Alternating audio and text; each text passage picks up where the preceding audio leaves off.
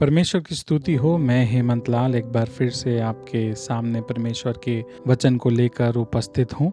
वायदे के देश में दो सागर हैं। पहला गलील सागर, जिसे हम गलील की झील के नाम से जानते हैं, और दूसरा मृत सागर या जिसे हम डेड सी कहते हैं। यरदन नदी से गलील सागर अपने उत्तरी छोर पर पानी प्राप्त करता है। इसके दूसरे छोर पर इसका निकास है। वहाँ यह यरदन नदी फिर से दक्षिण की ओर बहती है। और दूसरा सागर मृत सागर या डेड सी है। इसे मृत सागर कहा जाता है क्योंकि वस्तुतः इसमें कुछ भी नहीं रह सकता। इसमें कोई भी जीवन नहीं है, ना इसमें मछलियाँ हैं, ना इसमें वनस्पति है। इसका नमक और खनिज जीवन को बढ़ने से रोकता है। आपको यह जानकर आश्चर्य होगा कि मृत सागर को पानी कहाँ से मिलता है। यह यरदन नदी और गलील सागर से पानी प्राप्त करता है। आप कहेंगे यह तो वही पानी है जिसमें जीवन है, तो फिर यह मर क्यों रहा है या इसमें जीवन क्यों नहीं है?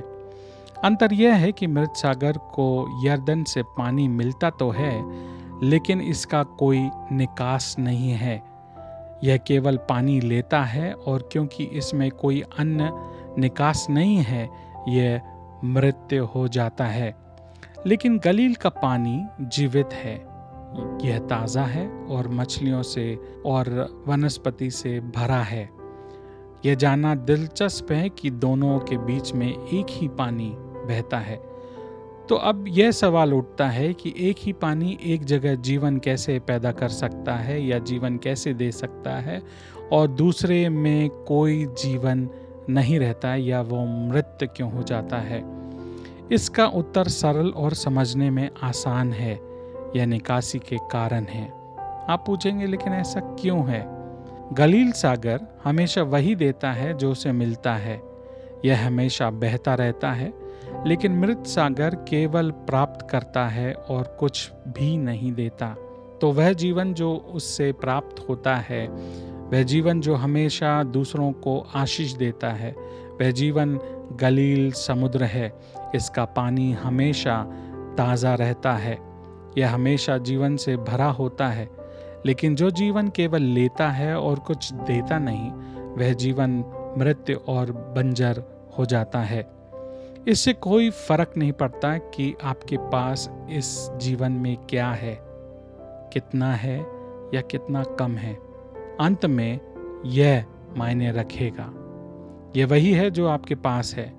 यदि आप केवल प्रभु की आशीषें प्राप्त करना पसंद करते हैं और वो आशीषें दूसरों से नहीं बांटते, तो वो ऐसा है जैसे पानी मृत्यु हो जाता है और आपका जीवन मृत सागर के समान बन जाता है। लेकिन अगर आप देते हैं तो पानी जीवित हो जाता है और आपका जीवन गलील का समुद्र बन जाता है। बाइबल हमें बताती है, लूका रचित सुसमाचार उसका 6वां अध्याय और उसकी 38 आयत में, दिया करो तो तुम्हें भी दिया जाएगा। लोग पूरा नाप दबा दबा कर और हिला हिला कर और उभरता हुआ तुम्हारी गोद में डालेंगे, क्योंकि जिस नाप से तुम नापते हो उसी से तुम्हारे लिए भी नापा जाएगा। आप कहेंगे मेरे पास क्या है जो मैं दूसरों को दे सकता हूँ? आप लोगों की मदद कर सकते हैं, उनके साथ अपना समय व्यतीत कर सकते हैं, उनके कठिन समय में उनकी सहायता कर सकते हैं, उनके दुखी क्षणों में आप उनके साथ खड़े हो सकते हैं और शांति दे सकते हैं। आप उनके लिए प्रार्थना कर सकते हैं, परमेश्वर के वचन से उन्हें उत्साहित कर सकते हैं। आइए हम प्रार्थना करें। अब्बा पिता, आपके वचन हमें याद दिलाते हैं कि जैसा हम आपसे आशीषों को प्राप्त करते हैं, अनुग्रह कीजिए कि हम उन आशीषों को अपने तक नहीं पर दूसरों को भी उन आशीषों में से बांट सकें। यीशु मसीह के मधुर नाम से मांगते हैं, आमीन। हम आशा करते हैं कि इन वचनों के द्वारा आपने आशीष पाई होगी।